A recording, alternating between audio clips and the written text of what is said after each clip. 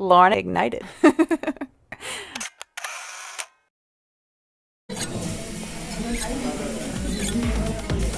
From the Gulf Coast to the Gold Coast, we talk with chefs and owners of hometown hero restaurants and find out what goes on behind the kitchen doors and how they make the dishes you love. Here's your host of Chefs Coast to Coast, Miss Lauren Ignited.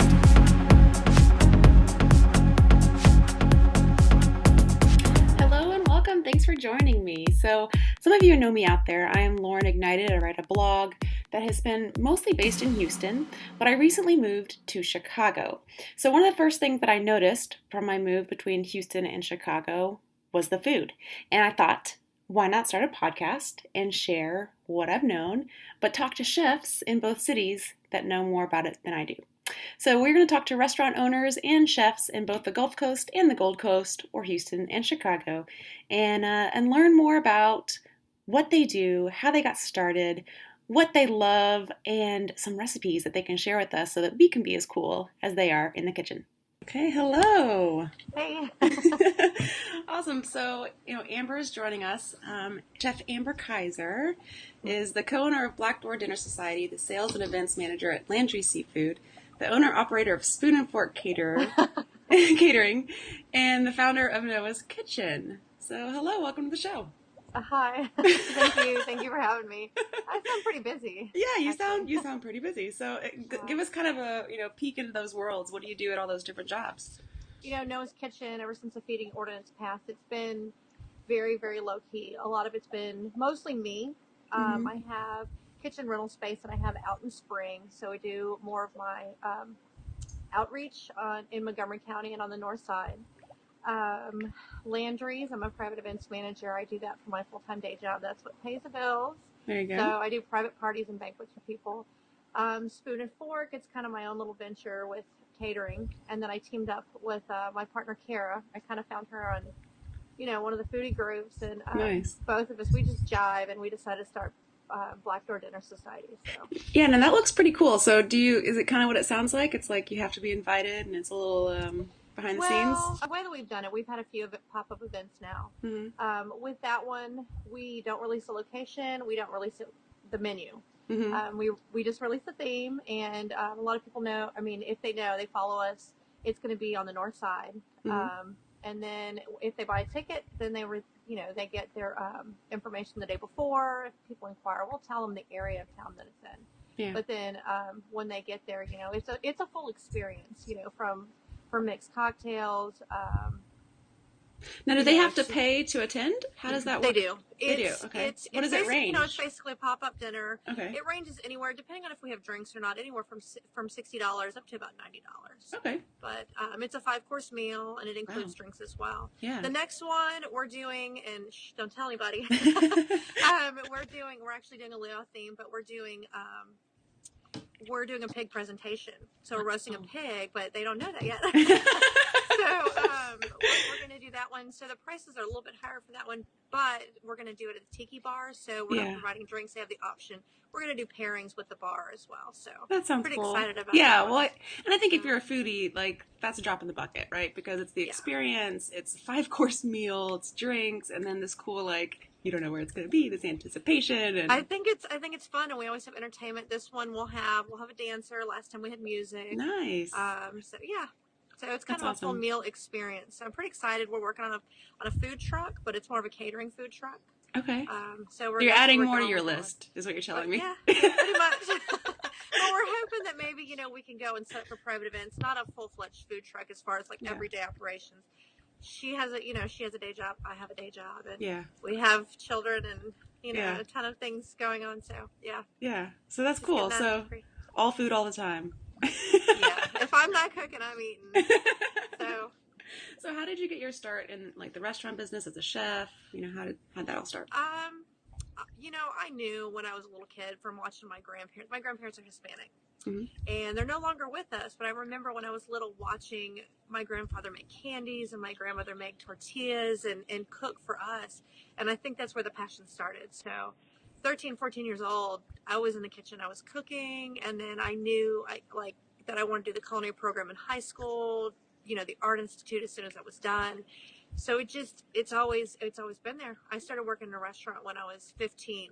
Wow. I was a hostess the day after I turned 15. I went and I started working at Hunan Garden in Kingwood. So That's that awesome. was my foot in the door once I tried to step out in my mid 20s. And I just, my heart, I've just always gone back to the restaurant industry. So.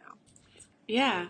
Well, I know, and we're friends on Facebook, and so I'm constantly seeing pictures posted up, and they always look so delicious, like whatever food you're posting. Awesome. Okay, so I'm going to ask you a little question. What was the first dish that you made that just flopped? And then how did you make it better? I've always been okay. Well, I don't want to say okay, but everything's always come out pretty good. Mm-hmm. My first awful dish that I made, I was so embarrassed. I even Instagrammed it because it was so awful. But I tried to make this dessert roll about 2 years ago, and it was like this pumpkin roll, and I was ready to go, and it didn't taste bad, but it was hideous. It was. People ate it, but I was so embarrassed. Don't look at it. I was like, it had a huge crack in it, and instead of just being this little roll, it was like this giant burrito of sweetness, and it was awful. It was awful looking, not gonna lie. But everything else, I kind of try. I read and I research about different cultures. That would be my dream. Kind of like maybe Andrew Zimmern, how he travels and he gets to try different foods in different cultures. I want to learn about them. And so I'll try a little bit over here, a little bit over there, just, with the flavors and just to learn. So I don't have too much of an opportunity to script too bad. I just dabble here and there with everything. That's good. But, have you made that bread again since then? Nope. No? As much as I love to bake, I think that's where I'm not so good. Oh, okay. And I think that's interesting. A lot of people do kind of feel like they either fit into like the baker category or the like chef category. And so do you feel you're just like totally on the chef side? Yeah. I wanted to be a pastry chef. I thought that's what I wanted to do, but I just don't. No matter how much training I'm personally given, I suck. I just suck. I'm not built to do it. And there's people who definitely aren't. I'm not one of them. So, so let's say, talking back about the Black Door Dinner Society, what do you think has been the most popular dish that you've created there? It's hard to say. We did some cocktails the last time. I know it's not the dish itself, but we did, our last one was classic rock themed. And we did, everything was based off a classic rock song. And so we did Smoke on the Water. It was this, dark purple, this deep purple drink. And we did a smoke drink, where people take the lids off and smoke came out. And they loved the drink. And then I made this, I think the one that got the most rave reviews was we did Pink Floyd's Pigs in 3 different ways. And so I did, it was a salad. It was a frisee salad, but it had 36-hour sous vide pork belly and it was with strawberry jam. And then I had a bacon vinaigrette. And then what else was on there? Homemade chitlins. Nice. Wow. Cracklins. I'm sorry, homemade cracklins. So yeah. It was people just raved about it, and I was kind of surprised because it wasn't that difficult. But I was like, yes, when you kind of knock out of the park and it doesn't, so it was cool. It was really cool. Yeah, and I think too, like people get really amazed by salads that are different too. Sometimes it's hard to make a salad right. Oddly enough, Yeah, it was about as healthy as a taco salad. So, all right. So this podcast is focused on chefs between the Gulf Coast and the Gold Coast because I've recently moved from Houston to Chicago. Yes. And one of the biggest things I've seen is the difference in food between these two regions, and how like what exists in Houston does not exist in Chicago and vice versa. And I think it's just so interesting. So, what do you love most about the Gulf Coast that you think is just totally unique to like the Houston area? Definitely true. Mexican food, Spanish Tex-Mex, coming from a Hispanic background. Not everything's, truly Hispanic, but the Tex-Mex, the flavors, in my opinion, I haven't had a lot of opportunity to try them in other places, but I definitely think that probably sets us apart. The seafood that we have here, Texas, Houston has its own style comparatively to other places. I was up in New York back in January, and I had the opportunity to try some different things like you up in Chicago, and it just wasn't the same. I respect our differences, but I love Houston. Right. Yeah, exactly. That's how I feel about it. I'm like, this is so interesting. Like, Yeah. So that's very cool. So yeah, I would definitely agree. The Mexican food is definitely different in Houston. And one thing that I've noticed that's interesting is there's no kolaches in Chicago. What? I know. Really? Yes. Like my family in Chicago was like, I don't know why you're so upset. I'm like, you've never had a kolache. So what you do is now you start a business, a kolache business up in Chicago, and bring Texas kolaches to Chicago. I should. I might need your help though. But yeah, okay. So you mentioned one of your last events. It had a big music theme to it. Mm-hmm. So that kind of like leads me perfectly into this question. So what do you think unifies people more? Food or music? Ooh. Everyone sits down to eat. Yeah. Whether they have the same taste, different taste, you can still appreciate it together. So, when you have music, not everybody appreciates the same music. Mm-hmm. I mean, I don't know. That's a tough one. It is, right? Yeah. Because I have appreciation for a lot of music, but I don't know. Maybe it's a food thing. Yeah. I don't know, because I think like you can go both ways, right? It's like kind of just like depends again on like where your biggest passion is. Possibly. Or I mean maybe what the theme is. If you're if you're at a concert, the food, or if you have I don't know. Yeah. That's a good question. I think I'm gonna go with food. Okay, I like it. So if you had to pick a song that would describe the feeling of Black Door Dinner Society, what would it be? Oh, that's I have no idea. I have something mysterious, maybe. It's I mean, because I think I don't think we've struggled with it, but I think that some of it is, people ask each of it, when are you going to post the menu? When are you going to post the menu? We don't. And I know with other pop-up dinners and there's other chefs out there, and you see their menu, and I look, and I tell my partner, we both agreed. We said, we're not going to release the menu. We're not going to do it. And then, it starts getting closer, and there might be some hesitation because they don't know what we're serving. And so the last time we released it, a couple days earlier, I think people are going to buy tickets either way. But I know when I've seen other chefs, I want to go because I see their menu.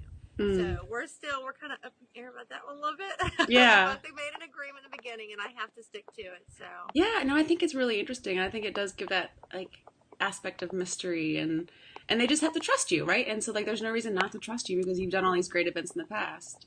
We've never had a single complaint. Not one. All right, so for the people that are listening, we've got kind of a good range of folks, right? So we've got people that are like aspiring chefs, people that just love food, people that are interested in what other like chefs are doing, that kind of thing. So for the folks that are listening that are like aspiring to be an Amber Kaiser, but maybe they're not quite there yet, right? Like me, right? I can cook well, but I'm not like fabulous, right? Like what's a recipe that you could share with us that's pretty like a pretty easy entrance level into doing something cool? Oh, that's a bad question. I don't have an answer for that one. It's not a recipe. 'Cause I'm sitting here thinking guacamole. Okay. Guacamole. No, that's not. I don't know. You put me on the spot with that one. I wasn't prepared for that one. You know what? You can start with something. I mean, it's something simple. Even if it is something like guacamole, it's one of my favorite things to make. I like to make them for parties and stuff like that. Yeah. You got to start with your fresh avocados. I use red onion, cilantro. Not everybody uses cilantro. Onions, tomatoes. I use fresh jalapenos, and it depends on my mood. But sometimes I use lemon juice or lime juice. Okay. But the kicker for me is Old Bay seasoning. Really? It's Old Bay seasoning. It's not of Spanish nature, but that one. I usually dust it on the top, and people just don't stop eating it. It goes over real well. So. Wow, that's so interesting, and that kind of like talks to what we talked about earlier, where it's like Houston has this great like Tex-Mex culture and like all this great Mexican food, but also we're really great at seafood, and so like to kind of combine those two behind the scenes is interesting. Awesome. So it's a simple one. Or let's see, some people are probably into lobster rolls. Everyone loves lobster rolls. You can put a little southern spin, maybe not even really southern spin on it, but if you do lobster crab, you can take it even as something as simple as a hot dog bun. You don't have to get the specialty rolls. You can steam, or you even buy pre-cooked lobster. For someone who's a novice in the kitchen, and when you're preparing it, you use a little bit of Old Bay. I keep going back to Old Bay. Yeah. And then you use mayonnaise. Keep it simple. And then I use basil with mine. I actually put basil on top of mine. Nice. So that's good. Awesome. I use a lot of cilantro in my cooking too, but that's a very simple one as well. Yeah, cilantro is delicious. I think it just adds a lot of flavor. You love it or you hate it. And I could just use handfuls of that stuff. So interesting. Okay, and then our last question: what is your recipe for success? Like, what have you seen that you've done in all your endeavors that's gotten you to where you wanted to be? Be honest with yourself. Be honest with other people. Be honest with yourself. If you feel like you have a strength, do it. Go after it. If you if you fail at it, go again. But be honest with yourself. If it's something you're like me with pastries, I wanted to do it, but it wasn't for me. Okay. So just be honest with yourself, I guess. I love that. No, it's very good. I mean, and that's something that's really hard to do, Yes, it is very hard to do. Yeah. And I think until you start really looking at okay, what am I really great at? What do I need to work on? You don't really understand what that means. Be honest with yourself, It's very, and it's very hard, I think, with chefs in general, because everybody is very, myself included, everybody is very proud of what they do. Sure. Nobody ever wants to hear a negative review. Sure. But taking that constructive criticism, and again, back to, being honest, being real with what it is, that pride thing is really hard to let go of, I guess just be honest with yourself. Awesome. Well, Amber, I'm so glad you came on the show today. Well, thank you. I'm definitely honored to have you invite me on. Thank you. Absolutely, very much. absolutely. Awesome. And so, for everybody that wants to follow you and all that jazz, where can they find you online and on social media? Well, I don't do my Twitter so much anymore. I just don't have a lot of time. Sure. But of course, I'm still Zooicidal Bunny. Okay. It's ZOOICIDALBUNNIE. I'm there occasionally, but I'm on Facebook. They can find me on Facebook. I'm under Amber Kaiser. And then I have my Facebook for Noah's Kitchen. Okay. Spoon and Fork Catering, and then of course Black Door Dinner Society. So okay, awesome, and we'll include all this in the show notes for you guys that are listening, so you don't have to jot it down at the moment. Awesome, thank you again. Awesome, well, thank you so much. It was so great chatting with you. You too. I'll see you soon in Houston. Bye. All right, bye. Thanks for tuning in to the Chef's Coast to Coast podcast with Lauren Ignited. Subscribe to the show on iTunes and never miss an episode. For show notes and recipes, visit www.laurenignited.com. See you next week.